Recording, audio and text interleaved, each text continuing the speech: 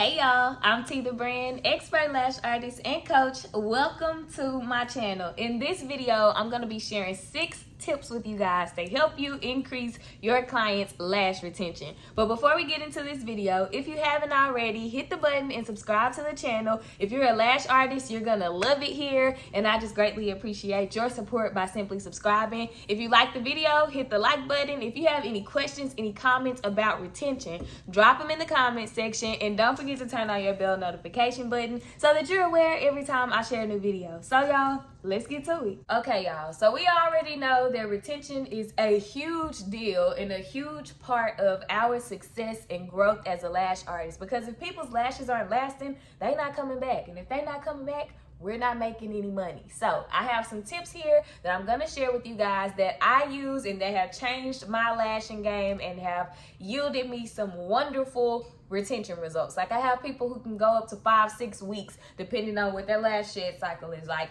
and how they care for their lashes without getting a feel. So tip number 1, give all of your clients lash baths. I know that you were probably taught and told to add that on as a service if they come in with makeup on or something like that. Everybody gets a lash bath before I do anything to their lashes. 1 is because I don't want to work on no dirty lashes, and neither should you. 2, the adhesive and the extensions aren't going to stick well and not for long if you're already starting off on dirty lashes. So go ahead, suck it up. Remember that this is a luxury service and you're probably charging a nice little luxury price. If you are not, keep working, and once you get there, this is already a part of your service. You can charge more when your clients are getting more. So add lash baths to your services for the free.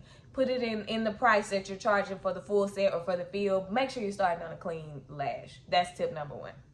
Tip number 2, make sure that you are coating the extension and the natural lash with enough adhesive. So one thing that I used to do, I didn't want to put too much glue on the lash, but then I wasn't putting enough glue on the lash for it to really be able to catch and hold to the natural lash. So make sure that you are coating the stem of the extension and that there's enough adhesive for it to, transfer to the natural lash. And I know that may sound like, okay, well, it's going to get on there anyway, but you need to see that there's a little glue on that natural lash before you move on, or right after you place it. You don't want to overly apply your adhesive, but you want to make sure there's enough so that your lash doesn't fall off when she walks out the door. Tip number 3. This is the one that we all try to blame our retention issues on. Humidity and the adhesive. It's probably not the adhesive, it's probably you. And I say that from experience. But you do want to make sure that if you don't already have a hygrometer, you want to get one. That's the little square device that lets you know what your humidity is in the room. And you want to make sure that whatever your adhesive says that your humidity should be, that's what your hygrometer reads. Otherwise, if it's too hot, or if it's too cold in your lash space, your glue is not going to stick, and you're probably going to see your lashes coming off as you're working on that set. So make sure you're adhering to the humidity of your adhesive. Tip number 4, correct placement. I know some people like to place from the top, place from the bottom. I love to place from the side. I'm not telling you have to, but I'm telling you it has greatly helped with my retention by placing on the side.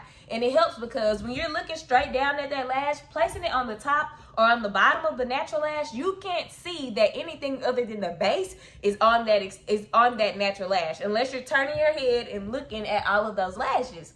And nobody had time for that. This is already a service that is time consuming. So you want to make sure, however you're placing your lash, that the base is attached to the natural lash and the stem of the extension, whether it's a classic or a volume fan, that it is attached to the natural lash as well. It needs to be flat and seamless, and you shouldn't be able to see the natural lash other than at the tip of the fan or the classic lash. So that's that. Tip number 4. Use a bonder at the end of your services. I know some people don't like bonders. Some people don't know what a bonder is. A bonder is just a solution that cures the adhesive immediately. That means your clients aren't going to have red eyes. There's not going to be any burning once the service is over. And the lashes will be automatically dry. So it seals in the fumes and it immediately dries that glue. That way, because people ain't protecting their eyes in the shower, they gonna take steamy showers. I'm not finna take no cold shower, not even if I just got my lashes done. So I put bonder on my own lashes. So make sure that you are using something to help your clients protect their investment. You want them to come back. So you gotta put in a little more to make sure that you're gonna keep getting services. So I recommend using a bonder at the end of your lash sets. Tip number 6. Make sure that you are using the appropriate weight of an extension for a natural lash. So I'm not saying you have to use a certain weight lash. I know we all have different preferences, but what I am saying is if you see a lash, whether it's in the middle, the end, the front of the eye, and that lash is short or it's very thin, you don't need to put a 18 millimeter, 18 in diameter classic lash on that lash extension, because it's going to weigh it down, it's going to fall off, or it's going to break their lash out. And we're not doing no damage to nobody's natural lashes. Remember, luxury. And extensions are supposed to help grow your lashes. Like, this is supposed to be the healthy option, the protective style for your lashes, if you will. So make sure that you are putting appropriate weights and lengths on each individual lash. All right, so tip number 7. I know I said 6 in the intro, but it's 7 on here, so I'm going to give them to you. Make sure that you are continuously educating your clients on the importance of aftercare. I know that you told them in the beginning when they first started coming to you, and I know you keep posting it on Instagram. Stop fussing at y'all clients and potential clients on Instagram. Don't nobody want to come to you with you throwing fits in your stories and on your posts about aftercare. Also, you do not have to advertise, oh, if you don't wash your lashes, you're going to get lash mites. That is very uncommon, and you have to be doing some real nasty, unhealthy stuff with your entire life to have bugs in your lashes. That is turning people off and turning people away, and you are like, oh no, don't give me your money because I'm finna put all this extra responsibility on you. Don't do that. Okay, so make sure that you're continuously educating your clients about aftercare, making sure that you tell them not to sleep on their face, because I have clients who will sleep on their face and then their lashes don't last. That friction, your lashes are gonna fall out. Make sure that you're educating them on why they need to clean their lashes almost 2 to 3 times a week, if not every day.